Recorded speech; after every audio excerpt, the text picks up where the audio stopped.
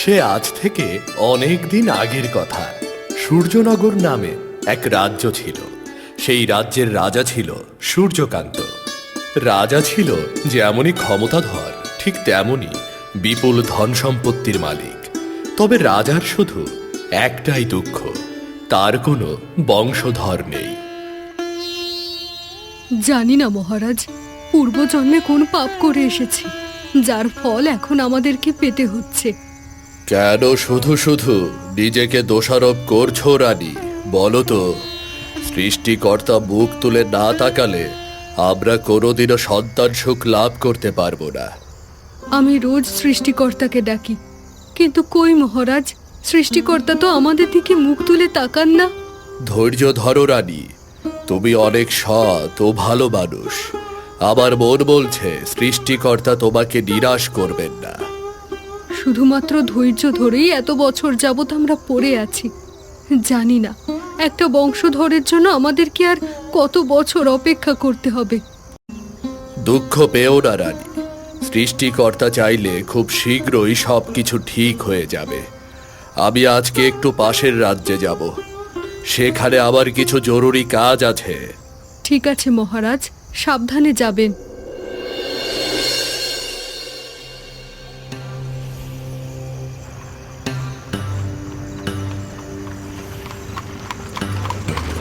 রাজা সূর্যকান্ত ঘোড়া ছুটিয়ে পাশের রাজ্যের উদ্দেশ্যে চলে যায়। যখন সেই রাজ্য থেকে ফিরে আসার সময় হয়, তখন বেলা গড়িয়ে গেছে। রাজা একটা বনের ভেতর দিয়ে ঘোড়া ছুটিয়ে আসছে। ঠিক এই সময় সে দেখতে পায় এক সাধু বাবা গাছের পাশে বসে আছে আর চাপা স্বরে কাউকে ডেকে চলেছেন। ভালো করে তার কথা শোনার জন্য ঘোড়া থেকে নেমে আসে রাজা সূর্যকান্ত। একটু জল, কেউ আমাকে একটু জল খাইয়ে বাঁচাও, মনে হচ্ছে তৃষ্ণায় আমার বুকটা ফেটে যাবে। শান্ত হন সাধু বাবা, আমি আপনাকে জল খাইয়ে তৃষ্ণা নিবারণ করব। মাটির পাত্রে জল ভর্তি করে তা ঘোড়ার পিঠে বাঁধা হলো। রাজা সূর্যকান্ত খুব দ্রুত সেই জল নিয়ে সাধু বাবাকে দেয়। সাধু বাবা ঢক ঢক করে পাত্রের সব জল খেয়ে ফেলে। তুই আমাকে বাঁচালি বাছা, আজকে এইটুকু জল আমি না খেতে পারলে হয়তো মারা যেতাম। আপনি এখানে বসে তৃষ্ণায় ছটফট করছিলেন, আপনাকে সাহায্য করা তো আমার দায়িত্ব। এবার বল, আমি তোর জন্য কি করতে পারি, কি করলে তুই খুশি হবি?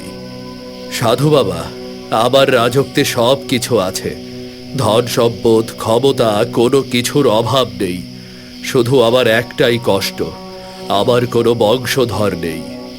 আমি তোকে সন্তান প্রাপ্তির আশীর্বাদ করতে পারি, তবে তার জন্য একটা শর্ত আছে। হ্যাঁ বলুন সাধু বাবা, কি সেই শর্ত? একটা সন্তান পাওয়ার নিশ্চয়তা পেলে আমি সব শর্ত পালন করতে রাজি আছি বাবা। আমার আশীর্বাদে তোদের ঘরে একটা সন্তান আসবে, কিন্তু ওই সন্তানের বয়স যখন 25 হবে, তখন তাকে আবার একটা কাজ করে দিতে হবে। ঠিক আছে সাধু বাবা, আমি আপনার শর্তে রাজি। তাহলে এই জবা ফুলটাকে নিয়ে যা। আজ ভরা পূর্ণিমার রাতে এই ফুলটা রানীকে খেতে বলবি। এতে করে কিছুদিনের ভেতরে রানীর কোলে এক পুত্র সন্তান আসবে। তবে মনে রাখিস, আজ থেকে ঠিক 25 বছর পরে আমি কিন্তু এই সন্তানকে নিতে আসব। ঠিক আছে, তাই হবে সাধু বাবা। আপনার জন্য আমার রাজপ্রাসাদের দরজা সব সময় খোলা থাকবে।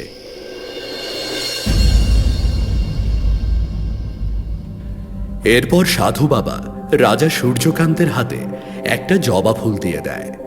রাজা সাধু বাবাকে প্রণাম করে উঠে চলে যায়। ভরা পূর্ণিমার রাতে রাজবাড়ির বারান্দায় বসে আছে রাজা সূর্যকান্ত ও রানী। রানী, আমি বলেছিলাম না, শীঘ্রই আমাদের ওপর সৃষ্টিকর্তা মুখ তুলে তাকাবেন। দেখো, আমার কথাটাই আজকে সত্যি হয়ে গেল। সত্যি, সাধু বাবার সাথে দেখা হওয়াটা সৃষ্টিকর্তার ইশারা। তার মানে সৃষ্টিকর্তা সত্যিই চান আমাদের ঘরে কেউ আসুক। হ্যাঁ রানী, হয়তো এই কারণেই আমি সাধু বাবার সেবা করার সুযোগ পেয়েছি। আকাশের দিকে তাকিয়ে দেখুন মহারাজ, কি উজ্জ্বল পূর্ণিমার চাঁদ উঠেছে। সাধু বাবার কথা মতো এখনই তার দেওয়া জবা ফুলটা খাওয়ার সময় হয়েছে। হ্যাঁ রানী, তুমি তাহলে আর দেরি করো না, এক্ষুনি সাধু বাবার কথা মতো ফুলটাকে খেয়ে নাও। রাজা জবা ফুলটাকে রানীর হাতে দিল। রানী সেটাকে ভক্তি ভরে খেয়ে নেয়। এরপর কেটে যায় বেশ অনেক দিন। হঠাৎ একদিন রানীর কোল আলো করে ফুটফুটে এক পুত্র সন্তান আসে। এতদিন পরে এত সুন্দর এক পুত্র সন্তানের মা বাবা হতে পেরে রাজা রানী দুজনেই খুব খুশি হয়। দেখুন মহারাজ, দেখুন, অবশেষে সৃষ্টিকর্তা সত্যি আমাদের দিকে মুখ তুলে তাকিয়েছেন। হ্যাঁ রানী, এই পুত্রই আমাদের বংশধর হবে, আমার হয়ে ভবিষ্যতে এই রাজদায়িত্ব পালন করবে। তবে একটা কথা ভেবে এখন খুব কষ্ট হচ্ছে রানী। কেন মহারাজ, এই সুখের দিনে আপনার কিসের কষ্ট? জবা ফুলটা দেওয়ার সময় সাধু বাবা একটা শর্ত দিয়েছিল, যেটার কথা তোমাকে বলা হয়নি। সাধু বাবা শর্ত দিয়েছিলেন? কি এমন শর্ত মহারাজ? সাধু বাবা বলেছিলেন আমাদের এই পুত্র সন্তানের বয়স যখন 25 হবে তখন তাকে সাধু বাবার হাতে তুলে দিতে হবে। আমাদের পুত্রকে দিয়ে সাধু বাবা তখন একটা কার্যসিদ্ধি করবেন, তারপর আবার আমাদের হাতে ফিরিয়ে দেবেন। আপনি এখনো ওই নিয়ে ভয় পাচ্ছেন মহারাজ? সাধু বাবা আজ থেকে 25 বছর পরের কথা বলেছেন। ততদিন যে তিনি বেঁচে থাকবেন তারও তো কোনো নিশ্চয়তা নেই। হ্যাঁ, সেটা অবশ্য তুমি ভুল বলনি। 25 বছর অনেক সময়। তাই তো বলছি, শুধু শুধু ভয় বা দুশ্চিন্তা করবেন না। আগামীতে যদি এমন কিছু হয় তবে তা দেখে নেওয়া যাবে। এরপর এক এক করে কেটে যায় 25টা বছর। মহারাজ ও রানী দুজনেই সাধু বাবার দেওয়া সেই শর্তের কথা ভুলে যায়। অন্যদিকে সাধু বাবার আশীর্বাদ থেকে প্রাপ্ত পুত্র সন্তান আদিত্যের নাম যশ দিকে দিকে ছড়িয়ে পড়ে। এমনই একদিন রাজবাড়ির বারান্দায় বসে পুত্র আদিত্যকে আদর করছেন রাজা সূর্যকান্ত ও রানী। পুত্র আদিত্য, তোমার সফলতা ও ক্ষমতা দেখে আমি সত্যিই অভিভূত হয়েছি। তুমি হতে পারবে আমার যোগ্য উত্তরসূরি। বাবা, আমি ঠিক তোমার মতো পরাক্রমশালী হতে চাই। যতদিন আমি এরকম না হচ্ছি ততদিন নিজেকে যোগ্য বলে মনে করব না। এখন মহারাজ দেখুন, এমন একটা সন্তানই তো আমরা চেয়েছিলাম। সত্যি আজকে ও আমাদের গর্বের কারণ। দিকে দিকে ওর নামে সুনাম ছড়িয়ে পড়েছে। ঠিক এই সময় রাজবাড়ির প্রধান ফটক থেকে সেই সাধু বাবা এসে সোজা রাজবাড়ির বারান্দায় রাজা ও রানীর সামনে দাঁড়ায়। কি সাধু বাবা, আপনি এখানে? হ্যাঁ, আমি সেই সাধু যে তোকে 25 বছর আগে সন্তান প্রাপ্তির আশীর্বাদ করেছিলাম। শর্তমতো আমি তোর সন্তানকে নিয়ে যেতে এসেছি। কিন্তু সাধু বাবা, আমার পুত্র আদিত্য যে এখনো অনেক ছোট, দয়া করে আপনি ওকে নিয়ে যাবেন না। এটা কোনোদিনও হতে পারে না। আমি আশীর্বাদ করার সময় যে শর্ত দিয়েছিলাম সেই শর্তের বাইরে আমি যাব না। কিন্তু সাধু বাবা, আপনি আমার সন্তানকে দিয়ে কি এমন কার্যসিদ্ধি করতে যাচ্ছেন সেটা তো আমি জানতে পারি। হ্যাঁ, এটা অবশ্যই তোর জানার অধিকার আছে। আমার একমাত্র কন্যা এক দানবের অভিশাপে পাতালপুরীতে বন্দী হয়ে আছে। পাতালপুরী থেকে আমার কন্যাকে উদ্ধার করার জন্য আমি তোর সন্তানকে নিয়ে যেতে চাই। কিন্তু সাধু বাবা, ওই শক্তিশালী দানবের সাথে আমার সন্তান কি করে পেরে উঠবে? এই সময় আমি আমার সন্তানকে হারাতে চাই না। ওকে ওকে এইবারের মতো ক্ষমা করে দিন সাধু বাবা। তোর সন্তান অনেক ক্ষমতাবান ও পরাক্রমশালী। আশেপাশের সব রাজ্যে ওর নাম ডাক ছড়িয়ে পড়েছে। যদি আমার কার্যসিদ্ধি কেউ করতে পারে তা একমাত্র তোর সন্তান আদিত্যই পারবে। তবে তুই কোনো চিন্তা করিস না, তোর সন্তানকে ঠিকভাবে রাজবাড়িতে ফিরিয়ে দেওয়ার দায়িত্ব আমার। সাধু বাবা রাজা ও রানীকে অনেক বুঝিয়ে শুনিয়ে অবশেষে তাদের সন্তান আদিত্যকে নিয়ে চলে যায়। ভয়ে দুঃখে রানী কান্নায় ভেঙে পড়ে। মহারাজ, হে আমার কি সর্বনাশ হয়ে গেল! জানি না আমি আমার পুত্র আদিত্যকে আর কোনোদিন ফিরে পাবো কিনা। দুশ্চিন্তা করো না রানী, আমি নিশ্চিত যে আমার পুত্র আমাদের কোলে ঠিকই ফিরে আসবেন। জানি না মহারাজ, এই ভয়ঙ্কর দানবের সাথে আমাদের পুত্র আদিত্য পেরে উঠবে কিনা। আমাদের পুত্র আদিত্যের ক্ষমতা সম্পর্কে তোমার কোনো সন্দেহের কথা না রানী। তুমি দেখে নিও, ও ঠিকই ওই দানবকে পরাস্ত করে সাধু বাবার কন্যাকে উদ্ধার করে বীর দর্পে ফিরে আসবে। এদিকে সাধু বাবা আদিত্যকে নিয়ে হাঁটতে হাঁটতে রাজ্য ছেড়ে অনেক দূরে চলে আসে। এক সময় তারা পাতালপুরীতে প্রবেশ করে। পুত্র আদিত্য, তোমাকে আমি অনেক আশা করে নিয়ে এসেছি। আশা করি তুমি আমাকে নিরাশ করবে না। আমার ওপরে আপনি বিশ্বাস রাখুন সাধু বাবা, আমি আমার সর্বশক্তি দিয়ে আপনার কার্যসিদ্ধি করার চেষ্টা করব। তোমার কথা শুনে বড়ই খুশি হলাম, তবে এই পাতালপুরীর দানব বড়ই মায়াবী। তাছাড়া বলতে পারো গোটা পাতালপুরীটাই একটা মায়াবী নগর। তুমি খালি চোখে ওই দানবকে দেখতে পাবে না। তাহলে সাধু বাবা, আমি কিভাবে ওই দানবকে পরাস্ত করব? যাকে আমি দেখতে পাই না তার সাথে কিভাবে লড়তে পারি? দানবের সাথে কোনো সাধারণ অস্ত্র দিয়ে লড়াই করে পারবে না তুমি। তার জন্য এক বিশেষ তলোয়ার দরকার। সেটা শুধু পাতালপুরীতেই পাওয়া যায়। তবে একটা সমস্যা আছে। কি সমস্যা সাধু বাবা? ওই তলোয়ার উদ্ধার করতে হলে আমাদের দুজনের ভেতরে যে কোনো একজনকে পাথর হয়ে যেতে হবে। অবশ্য এই সমস্যার সমাধানও আমি বের করে ফেলেছি। আমি নিজে পাথর হয়ে তোমাকে ওই তলোয়ারটা পাইয়ে দেব। পরবর্তীতে তুমি দানবকে পরাস্ত করে এসে আমাকে আগের রূপ ফিরিয়ে দেবে। ঠিক আছে সাধু বাবা, তাই হবে।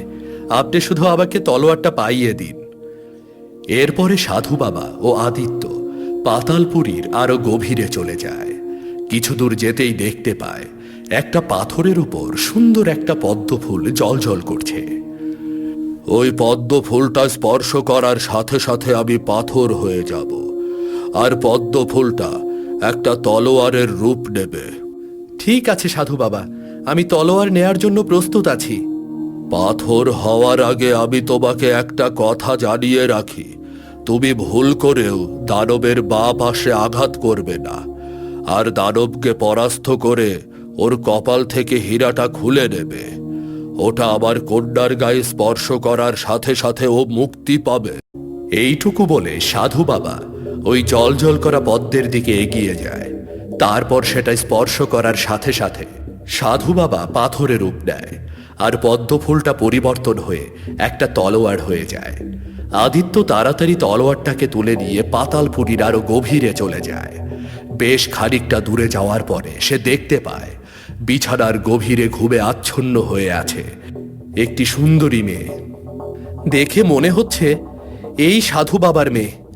ওই দুষ্টু দানব মেয়েটাকে ঘুম পাড়িয়ে রেখেছে, কিন্তু এই মেয়েটার কাছে যাওয়ার আগে আমাকে দানবের সাথে লড়াই করতে হবে। কিন্তু এই অদৃষ্ট দানবকে এখন কোথায় খুঁজব?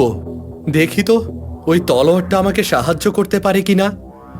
এই বলে আদিত্য তার কোমরের খাপ থেকে ওই তলোয়ারটা খুলে বের করে, আর বাইরে বের করার সাথে সাথে তলোয়ার থেকে কিছু আলো গিয়ে সামনে পড়ে। সেই আলোতে দেখা যায় ভয়ঙ্কর দেহী এক দানব দাঁড়িয়ে আছে। আদিত্যকে দেখার সাথে সাথে সে ছুটে আসে। আজ আমার হাত থেকে তোর জীবন শেষ হবে দুষ্টু দানব, শেষ হবে। তোকে পরাস্ত করে আমি ওই কন্যাকে নিয়ে ফিরব। বলতে না বলতেই আদিত্যর সাথে দানবের প্রচন্ড লড়াই শুরু হয়। আদিত্য সাধু বাবার কথা মতো দানবের বাঁ পাশে কোনো রকমে আঘাত করল না। এরপর হঠাৎ সুযোগ বুঝে দানবের ডান পাশে তলোয়ার চালিয়ে দেয়। মুহূর্তের ভেতর দানব ছটফট করতে করতে মাটিতে পড়ে যায়। আর এই সময়ের ভেতরে দানবের কপাল থেকে হিরেটা তুলে নেয় আদিত্য। এবার এই হিরেটা ওই ঘুমিয়ে থাকা রাজকন্যার গায়ে স্পর্শ করাতে হবে। সাধু বাবার কথা মতো এভাবেই ওর ঘুম ভাঙাতে পারে। হিরেটা ওই কন্যার গায়ে স্পর্শ করা মাত্রই ওর ঘুম ভেঙে যায়। অবাক হয়ে মেয়েটা এদিক ওদিক তাকাতে থাকে। কে তুমি কুমার? এখানে কি করে এলে? আর আমার ঘুমই বা তুমি কিভাবে ভাঙালে? আমি রাজকুমার আদিত্য। তোমার বাবা এই দানবের হাত থেকে তোমাকে উদ্ধার করার জন্য আমাকে নিয়ে এসেছে। আমার বাবা? আমার বাবা এখন কোথায় আছে? আমি তাকে দেখতে চাই। নিশ্চয়ই তুমি তোমার বাবাকে দেখতে পাবে। এক্ষুনি চলো আমার সাথে। রাজকুমার আদিত্য ওই ঘুমপরীকে নিয়ে আবার সেই পাথর হয়ে যাওয়া সাধু বাবার কাছে এসে পৌঁছায়। দানবের কপাল থেকে তুলে নিয়ে আসা হীরাটা ওই পাথরে মূর্তির গায়ে স্পর্শ করায়। সাথে সাথে সাধু বাবা তার আগের রূপ ফিরে পায়। আমি জানতাম রাজকুমার আদিত্য আমার মেয়ে ঘুমপরীকে উদ্ধার করতে পারবে। বাবা, আজ কত বছর পরে তোমাকে দেখছি। দেখেছিস তো বা, আমি তোকে উদ্ধার করে ফেলেছি। আমার কাছ থেকে তোকে আর কেউ কেড়ে নিয়ে যেতে পারবে না। চলুন সাধু বাবা, আমরা এখন রাজ্যে ফিরে যাই। তিনজনে পাতাল রাজ্য থেকে বের হয়ে আবার নিজেদের রাজ্যে ফিরে আসে। তাদেরকে দেখতে পেয়ে রাজা সূর্যকান্ত ও রানী খুবই খুশি হয়। এই যে তোদের সন্তান আদিত্যকে আমি আবার সুস্থ শরীরে ফিরিয়ে দিয়ে গেলাম। সত্যি সাধু বাবা, আজ আমি এবারে বুঝতে পেরেছি আপনি সাথে থাকলে কোনো বিপদই ঘটবে না। তোদের সন্তান মহা ক্ষমতাবান। আমি ওর কাজে খুবই সন্তুষ্ট হয়েছি, আর এতে করে আমি একে পুরস্কার দিতে চাই। কি পুরস্কার হে সাধু বাবা? আমি আমার মেয়ে ঘুমপরীকে রাজকুমার আদিত্যর রানী বানাতে চাই। রূপে গুণে সেরা ঘুমপরী। ওর মতো আর কাউকে রাজকুমার আদিত্যের যোগ্য হিসেবে আমি দেখছি না। এ তো আমাদের পরম সৌভাগ্য সাধু বাবা। আমরা আপনার পুরস্কার শ্রদ্ধা ভরে গ্রহণ করছি। এরপর মহা ধুমধাম করে রাজকুমার আদিত্য ও ঘুমপরীর বিয়ে হয়ে গেল। গোটা রাজ্য জুড়ে আবার সুখ শান্তি বইতে লাগলো।